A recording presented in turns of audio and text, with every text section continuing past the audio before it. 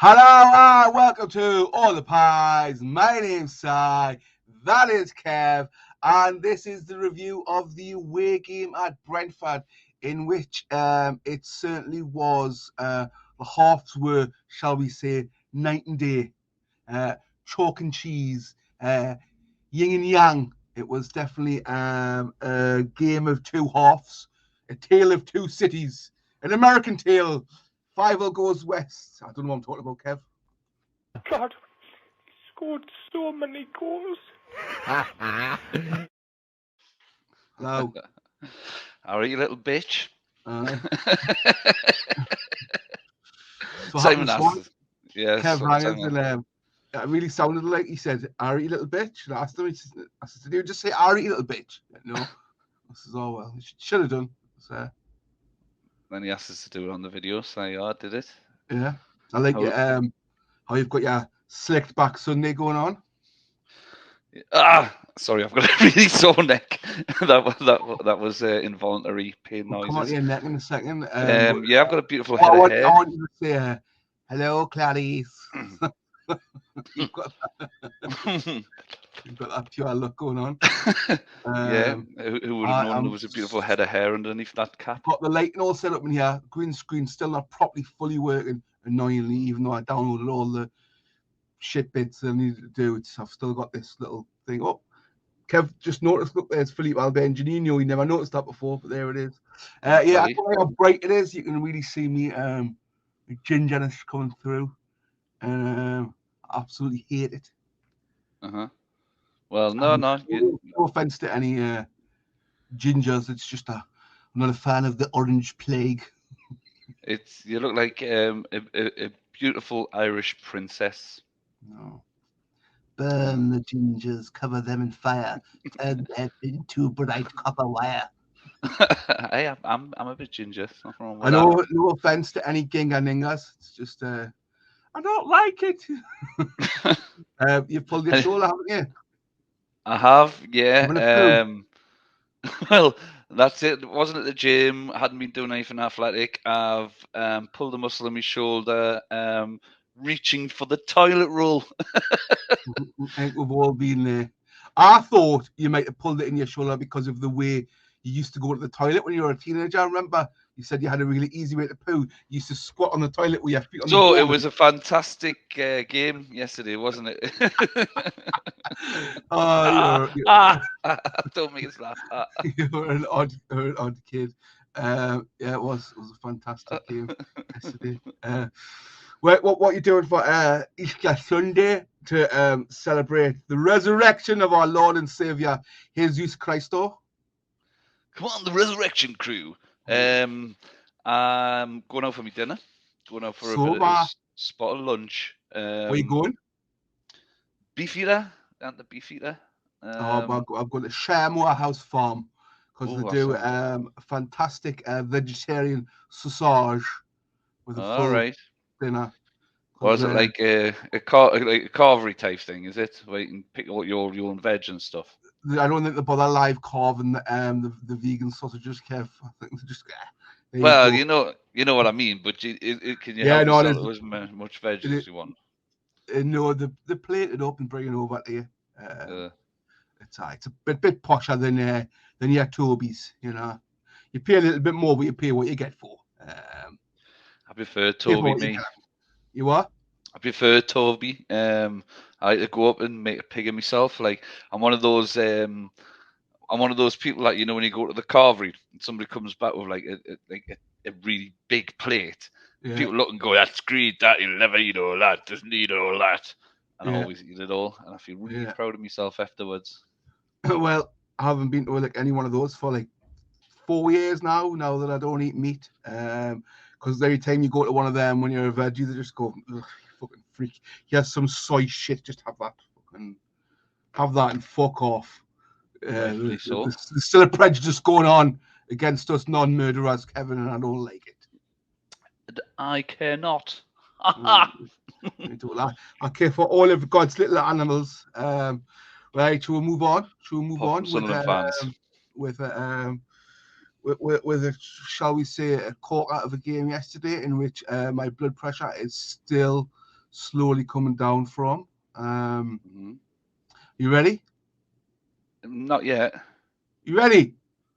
Nearly. Are you ready? Okay, let's go.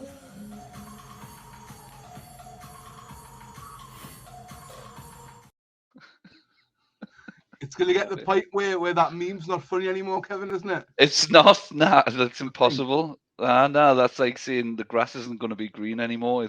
It'll always be funny that. You'll always be a fan of that meme, yeah? Yeah, it's my favourite. Good. Well, start off with the team sheets. I've not long woke up. Let's see if I can remember what the team sheets were. ESM was out. And Joe Linton was back in the starting lineup, in which he was the other day. Willock was on the bench. As I predicted, as I think most people predicted, Isak started and Wilson was benched. So that was the lineup. I put the lineup on Twitter, so I shared it as soon as it came out, saying, no ESM on the team sheet. And then I put thoughts, obviously thoughts for what the rest of the team was. And people, he's probably got an injury. He's probably got an injury. I got that bit. I just wanted to know your thoughts on the actual team. Apologies to people on Twitter, but I just assumed you'd know what I meant. I guess Maxi would have been injured. By the sounds of it, you didn't explain it very well, though, Simon. Maybe I don't think I need to do, but it seems I'm going to have to be very thorough in explaining things in the future. But yes. I'm not taking the piss out of you, because those are viewers of the channel. Shout out to you. You're all bloody marvelous. I don't care if you are a little bit slower backwards. You're an hour backwards. We'll love the phone. You've got the biggest double standards I've ever known in anybody ever. Like, you ridicule people for things that you are yourself. Oh, I know I'm a hypocrite. I'm openly a hypocrite. I will. I've always said that. I'm openly a hypocrite. Yeah. Look at the preview. I don't even know whether I said review or preview this video. I couldn't be anymore. But on the preview in which we went live, shout out to everyone who jumped on the live. We really enjoyed it. I kept saying it was the Brighton preview. Yeah. I said Brighton pretty much all the way through. It's because Brighton, Brentford, they both start with brr. And that's all it takes for my little brain to go, oh, well, I'll confuse it with that. Yeah, so anyway, thoughts on the team, Kevin? Yeah, I mean, no problems when I saw the starting lineup, to be honest with you. Once, we found out that it was an injury to Maxi, and because I don't know about you, but whenever I see something like that and it's Maxi, for some reason, part of my head goes, "Oh, I hope he hasn't had a fallout with Eddie Howe or somebody on the team or something like that." And I don't know why I always think that, but no, it wasn't. It was just an injury. So unfortunate for him. According to Eddie Howe, he just had a little niggle in his hamstring area. They sent him for a scan, and by all means, he thinks it's more of a really small thing in his hamstrings. And 2 weeks, he said. So. Yeah. Thankfully, it won't be the same amount of time as his last time he done his hamstrings in. When I looked at the starting lineup, I was happy with it, to be honest with you. I looked at it and I thought, yeah, that's a strong enough starting lineup to get a foothold in the game and beat Brentford. But as we'll move on to, it wasn't at all straightforward, was it? Yeah, no, with Maxi, I just knew now, because the form we've been playing in, his temperament, he looks great in the team. And when I saw that he was on the bench as well, I just assumed it was just a knock or something. But I suppose it's really good the way they can get scans like that and find out exactly what it is. I mean, I've been waiting for an emergency MRI for coming up 3 weeks now for a disease that's slowly destroying us. 40 hours of footballer, Kevin, like kick the ball about him. Yeah, you would be less poor. Yeah, I would indeed. Right, move on. So I've got some notes here, because it's early in the morning and I always need notes anyway. As you know, I can hardly even remember the fucking name of the teams. So yeah, the first 10 minutes, fair to say, it was all one-way traffic, with Brentford having all of the chances, all of the possession. First major incident was on the eighth minute, in which Janssen headed across, which Nick Pope got down by his hand to, and then it was a close. Tony was there right on the rebound to finish it off to what we all thought was 1-0 Brentford. However, going to VAR, it was ruled off as offside. It was, yeah, and I think we're a little bit fortunate with that one because it was really, really close, wasn't it? So it was one of those ones when you look and you go, actually, this could go either way. And my heart was in my mouth for a little bit.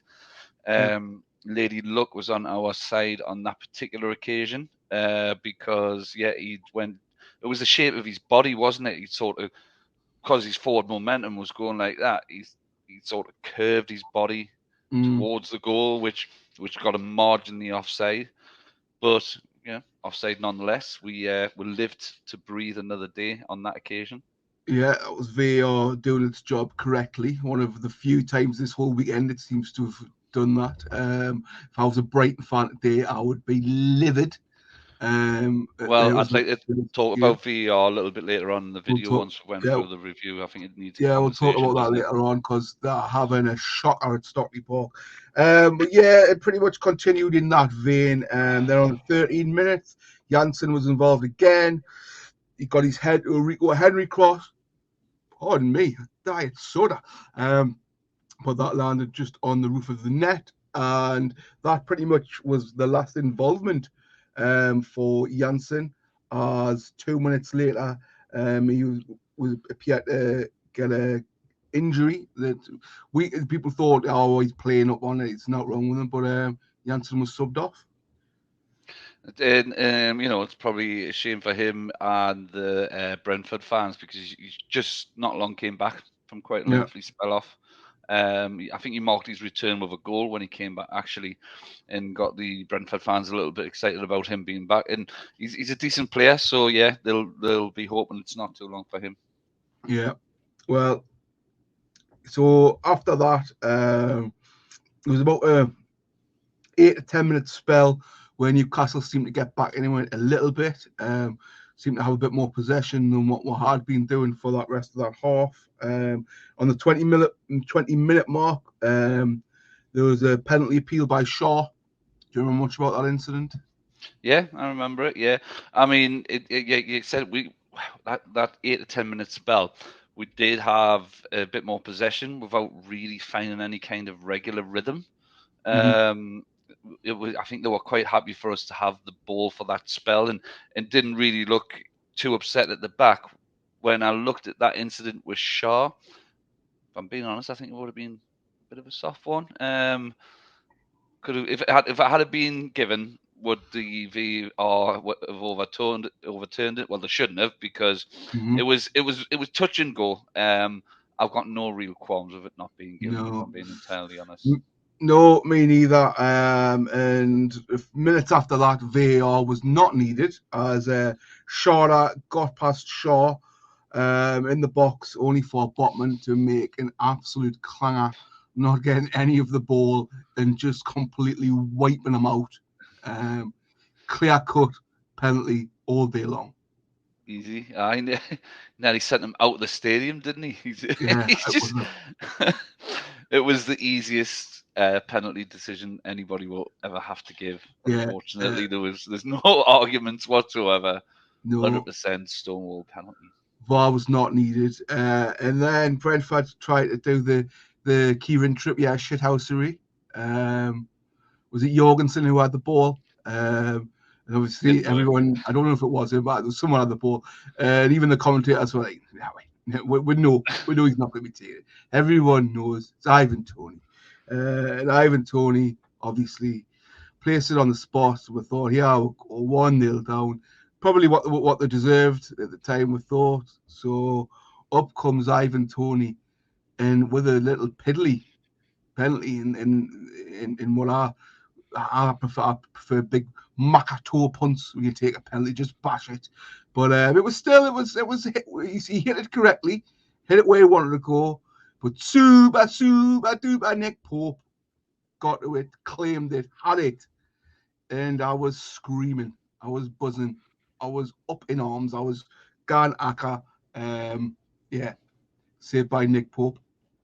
Yeah, I think you're a bit kind to Tony there. I thought it was a super poor penalty. Didn't really hit it with any sort of power. I mean, good on for Nick Pope. It wasn't even like he guessed the side. I think he had enough time to even figure out, oh yeah, he's going to the right hand side, because he doesn't have much of a long run up, does he, Tony, for his penalties? Yeah. And it just looked as though he was going to go to the right hand side, his right, and Nick Pope's left, and he guessed right, and yeah, caught it. Yeah. Thank you very much. And yeah, we'd been let off again. It felt like we were really, really stretching my luck at this stage.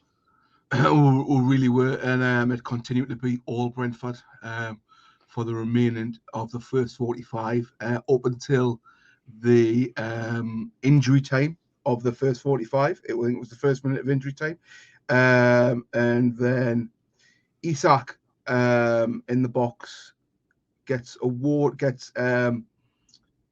penalty awarded for, was it for a high foot, Isak? It was soft. It was soft as fuck. It was soft. I don't think it was enough for it to be overturned. We were looking at the one against Man U with Fabian Shaw when his header got headed off the line and onto the post, where he got kicked in the face. That wasn't a penalty, but apparently this one was. I mean, once it hasn't been given, right? I don't think there's enough there to overturn it. And what was annoying is that they had to look at it so many times. Yeah. Well, I'm sorry, if it's a blatant, clear mistake, you don't have to look at it 20 times to decide whether it is clear and obvious. It wasn't clear and obvious. Having said that, if you'd give the penalty, I wouldn't have expected it to be overturned either, for it to be not a penalty. I know Alan Shearer on Match of the Day last night, he was like, I think we'll get another apology from Howard Webb in the BG Mall.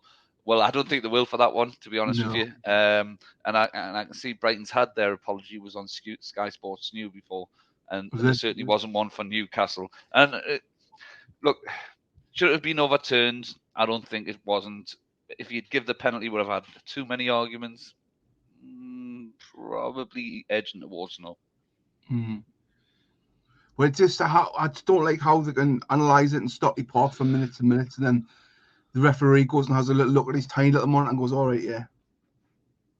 It's because the pressure's on there now, isn't it? And you hear commentators saying it all the time. They need referees with confidence to stick by their original decisions. I think Shearer talked about that last night as well. And what you basically, when they call them over to the monitor, what they're basically saying to the referee is look, you've got this wrong. You're going to make a blunder here. So the pressure's on. And I think sometimes they don't want to overrule VAR. You know what I mean? Whereas I think he could have looked at that and went, actually, guys, I don't think that's clear and obvious. Like, I would rather have stuck with my original decision on that one. But it's just so rare that happens. And I think it needs to maybe start happening a little bit more for ones, if they want to get it right, for the ones that aren't clear and obvious, they need to start sticking to the guns more when they go over to that monitor. Yeah. Well, VAR the people who operate VAR need to look and see whether it was a clear and obvious error by the referee, whether the refs made an absolute whopper and then only intervene then. Yeah, that's what it's supposed to be. What's meant to be in it. Yeah. But anyway, it was what it was. Tony stepped up again to spot, same side, but this time it went just over. Pope went a smidgen too soon, went over him. He give it more pelter this time, Tony, and went in the break 1-0 down to Brentford, which is probably a fair scoreline considering what could have been 3 or 4 down at half time. Yeah, I mean, if it was fair to anybody, it was fair to us, I would have said. And look at, and it goes back to what we said the other day. When we talk about this, we're not criticising. This isn't us saying, it was terrible or anything like that. It's an analysis of the game, isn't it? Of course it is. And that first half, Brentford were the better team. I think they had the more dangerous attacks. They Mhm. were a little bit more purposeful with the possession. I thought Janssen had a good half. I thought one of the players that we I could talked about, shorter. yeah, Yeah. yeah, ironically had a really good half and Yeah. showed some good pace and caused quite a few troubles. I think from our perspective, as we'll probably go on to about the substitutions, but the two players I had actually pinpointed is not having the best of halves were actually Longstaff. I thought at times he didn't look himself. He still got himself in the correct positions now in a game without really having any sort of big impact with his passing or anything like that. Mhm. And unfortunately, and probably rightfully so, because he's played a lot of football recently. Also, Murphy was a little bit missing, I thought. Mhm. Didn't quite stick to his role on the right hand side. Found himself strayed over to the left a couple of times, and sometimes when we did pick the ball up in the centre and we're looking at the right and we had quite a bit of space, he just wasn't there. So yeah, he went a bit missing in terms of what if the role he should have been playing. So I think, like I say, not criticisms, just analysis. I think that was two areas that seemingly Eddie Howe picked up on as well. Yeah. Well, I mean, I don't think there's many players, bar Nick Pope, that I would have heaped praise on for that first half performance. I think Bruno looked off his game. Joe Linton was good. I think Joe Linton was my man of the match overall. Obviously, we'll get on to the second half in a second. But yeah, there was not many players that I would say really played well that first half at all. Well, Isaac was So trying, wasn't he? But yeah. Isaac was very isolated up there by himself, wasn't he? So second half, as we say, much needed changes were made. Longstaff and Murphy came off, and Gordon and Wilson came back on, and straight away Newcastle looked like a different beast. Yeah, did completely. I mean, everything he touches turns to gold at the moment, doesn't it? With Eddie Howe, and Mm-hmm. he knew, and I like this because it's not often he does it. Making changes at Big half time. changes half time, yeah. He knew the system was not working. Like I mentioned before, Isaac was completely isolated up front. He did something we've all been dying to see. I think he's only done it once or twice already this season, Yeah. and that's for Isaac and Wilson to be on the same pitch together. Two strikers heavily in form, which was exciting. And yeah, we're bringing off Murphy and Gordon. Sorry, we're bringing off Murphy and Longstaff for Gordon and Isaac. That was a really attacking change as well, Mm-hmm. and Mm-hmm. it showed from the absolute off. Yeah. Oh, it did. Seemed to go to a classic 4-4-2, which I do like to see. Being a fan of all things old school, I do like to see two attackers on the pitch together at the same time. And It's rare. yeah, I know, like we say that when Newcastle did look like a completely different team. And on the 54th minute, Trippier plays a ball down the right to Joe Linton. Joe Linton cuts inside. I think he's probably not going to get in from there. That's a bit of a cute angle, and he scored. And it's 1-1. It was later awarded to Raya as an own goal, but Joe Linton, J7, the Brazilian prince. I'm in Come love with off the that. man, come off the hour, come off the man, and it was around about the hour stage, I think it was, wasn't it? Yeah, I mean, it was an own goal, but completely generated and worked the error from Jolinton. He brought the error out. I say the error. It wasn't really a massive error, was it? He's No, played it with pace across the box. Was it a cross? Was it a shot? I don't know. it was a It shot. doesn't It was definitely a shot. it doesn't matter. The ball ended up in the net, and yeah, it was at that stage it was coming, wasn't it? You could feel a difference in the build up. We looked sharper, we were quicker, we were zipping the passes about. We weren't overcomplicating things. In Brentford, we're looking a little bit shell shocked at this stage. Yeah, so yeah, Joe Linton. I don't know if you saw any celebration as well. He went to run to the away fans and went, "Oh no, actually the away fans are at the other side, aren't they?" So he went that way and then had to run back that way, and he was geeing them all up. And yeah, it was. It felt like the balance of the match had changed massively at this stage. Yeah, it had. Well, then it was all Newcastle after that. And not long after, not even 8 minutes passed, on the 61st minute, as we say, the what we wanted to see for a long time is our two main men up front linking up together. And that happened when Wilson takes the ball down on the left. Lovely roll across into the path of Isak, who curls an absolute peach of a ball past Raya to make it 2-1 Newcastle. It's a thing of beauty, wasn't it? Was Thing of beauty. The build-up play had been really good. Would won it back. I think it was Anthony Gordon won it back in the middle. He done that against West Ham, didn't he, for the 5th goal? Yeah, Like, I mean he's really fast and he's not scared of a tackle, is he? And he seems to time his tackles pretty good. We've had players in the past that will go for tackles in the midfield area. I'm thinking probably names of John Joe Shelby, Joey Barton, and sometimes can really mistime them and end up getting booked a lot. Where when he puts a tackle in, he seems to time it really well. Not only that, retain possession and turn it around. And he did that on this occasion, like you said, slipping in Wilson on the right-hand side, who, absolute joy to the eye to watch him lay it up for his striking partner in Isak, and the finish of a man who's in great confidence and great form. It was a beauty to watch, and again celebrated over with the away fans who were fantastic all game, and it was happy times again.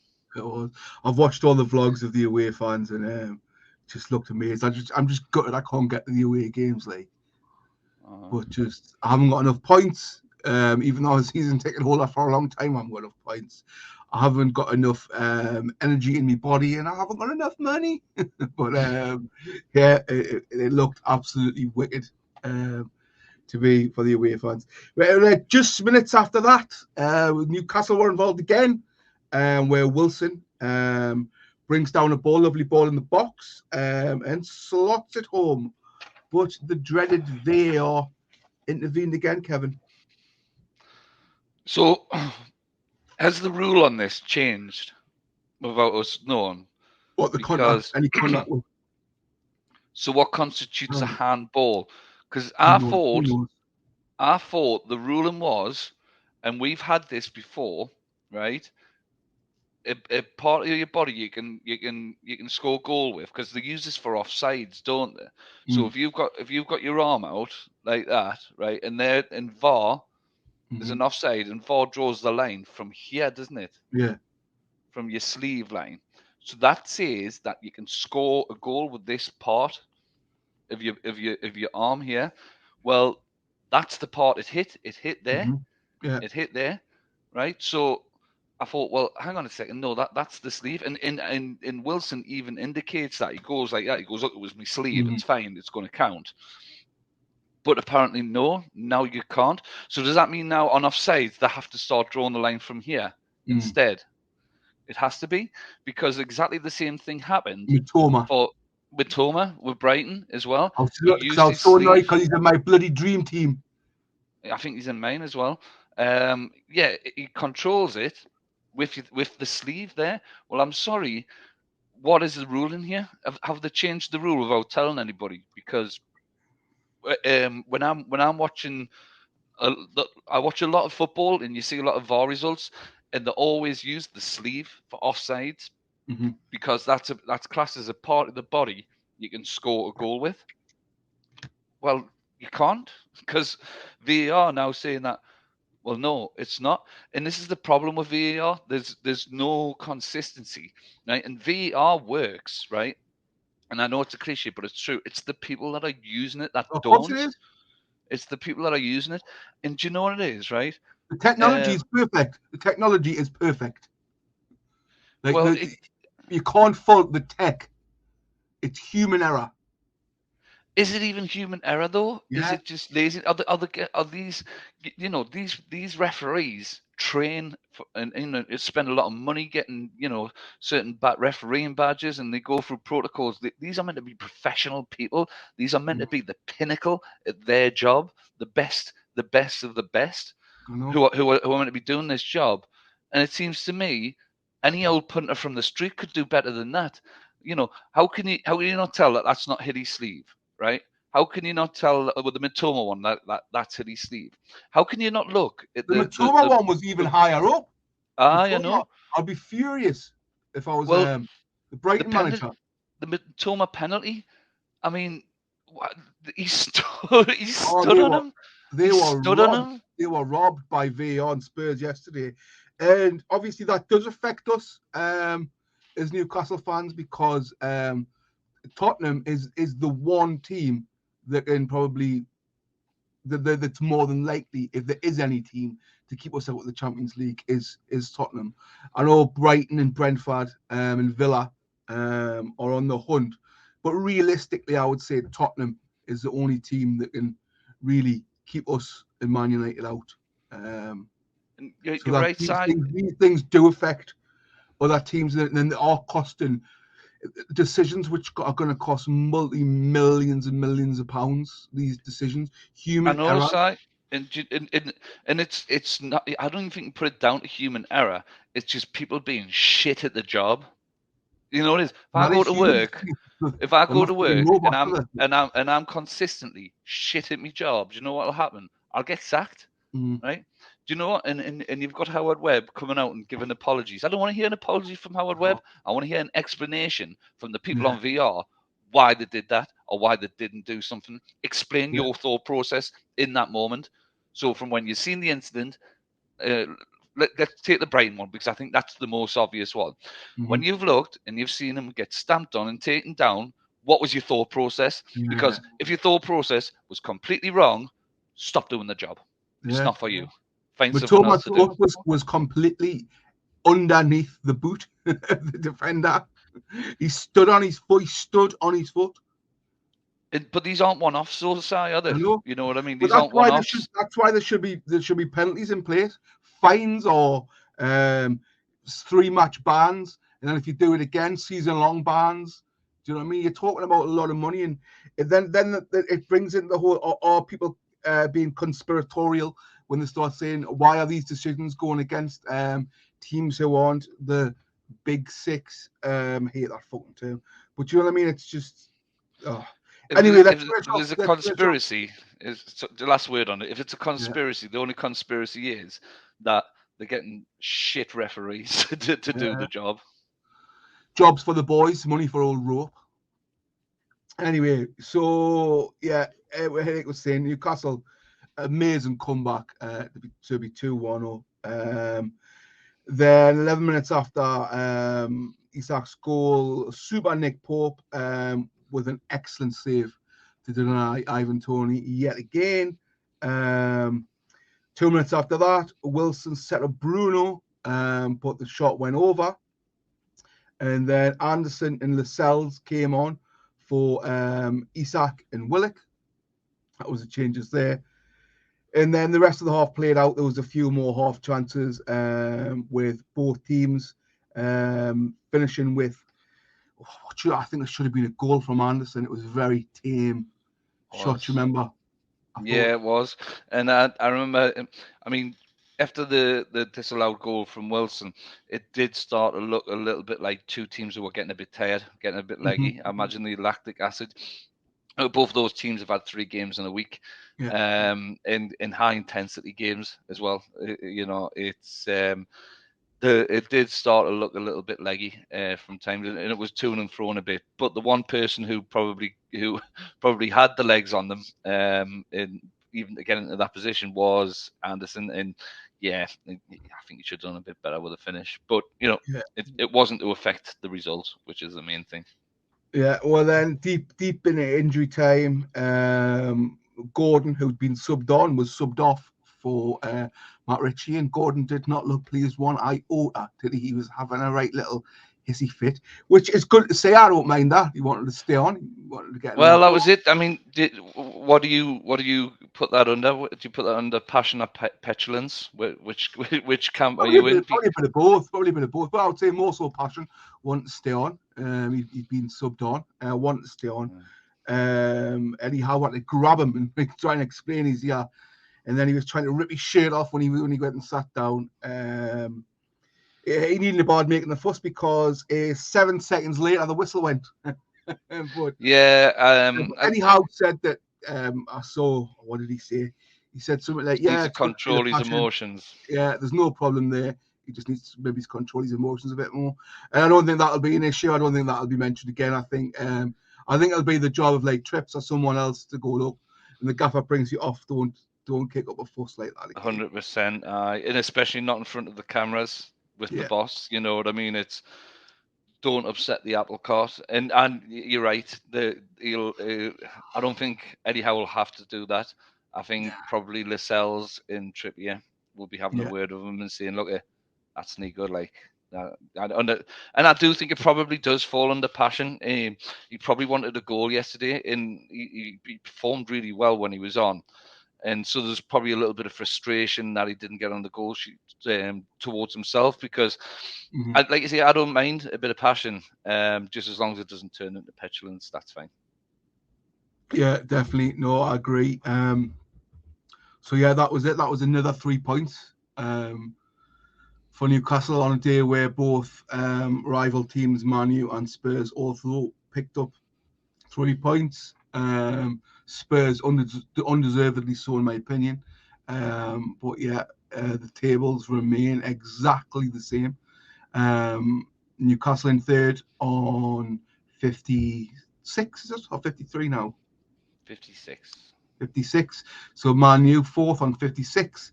Spurs fifth on 53. With Spurs having played a game more than Man U and ourselves. Looking good. And another team. League music. Yeah, I mean, behind them as well, they've got our next opponents, Aston Villa, who are on a really, really, really good run of form. So it doesn't get any easier. But these games are important, and it's building up to an absolute cracker for our next home game, isn't it? Yeah, Spurs at home the week after. Yeah, and I think that game, if we can, I'll tell you now, I'd be happy with a point at Villa. I'd like to get 3, but if we came away with a point, and that means over those, that spell of difficult away games, we've came away with 7 points. I think you mentioned that on an earlier video. I'd be happy with that. But that Tottenham game is the one. If we beat them at home, then I'll start hearing the Champions League music a little bit in my head. Yeah. Well, obviously we'll mention Villa more in depth later in the week with the Villa preview. It is the final of our 3 away games on the bounce. It would be lovely to cap it off with another 3 points, wouldn't it? It would be delightful. Our form as it stands is win. Just tremendous. It's great to be a Newcastle fan. It's great games where you can have a clanger of the first half and then have the resources to bring off the bench, to pull it round, to recover, not only pull it level, but to go ahead and get the 3 points. It's a feeling we're not used to, but it feels nice, lad. Feels like the first time you'd explored yourself. It feels delightful. It does, and I mean, big up to Brentford. They play well at home, but we had too much for them, and we looked like a top 3 team, and that's what top 3, top 4 teams do. When the back's against the wall and they're not playing too well, they turn it around. They get results, and they get wins. Okay, let's go. I didn't mean to press that there, but there we go. He's always welcome, that little chap. He's always welcome, that kid in his father. It's not his father, I don't think, I think it's so it's just to give you a little bit of a background. It's a Dutch documentary, and that guy, he's practicing to go and work on this waltzer thing called the Legacy, and that guy who's sat next to him, the older one, he's like the seasoned pro at doing the old voices. And he spoiled the meme. I thought it was a birthday party and like no one had turned up but him and his father. Well, it's if anything, it's even sadder than that, because that guy, he sets up little fun fairs with his Lego and sits all day and pretends that he's on the legacy. But yeah, I think that's pretty cool. I think that's a fun way to spend your day. I can't complain. I collect toys too. Anyway, we'll leave it there. We've just hit 40-minute mark. Must say, thank you for all your support. We're closing in on 600 subscribers, which is absolutely fantastic for a new channel, and we appreciate that tremendously. So if you are watching and haven't yet subscribed, hit that subscribe button below. Hit the bell to get notified when we go live. We went live for the first time last week. Very enjoyable experience. Hit that like button on the video. Much important that you hit the thumbs up for the Alchemy Bob, and comment below with your recap of what you thought of yesterday's game, what you thought of the first half, and of course that incredible comeback in the second half. But thank you once again, all of our wonderful supporters. You are bloody brilliant. We love the bones of you, even if you can be a little bit simple at times. We love you all, and we will see you probably on Thursday or Friday with the Aston Villa preview match. Thank you very much. Have a good, lovely Easter weekend, whatever you're doing. See you next week. Tatty bye and ta-ta. Come on.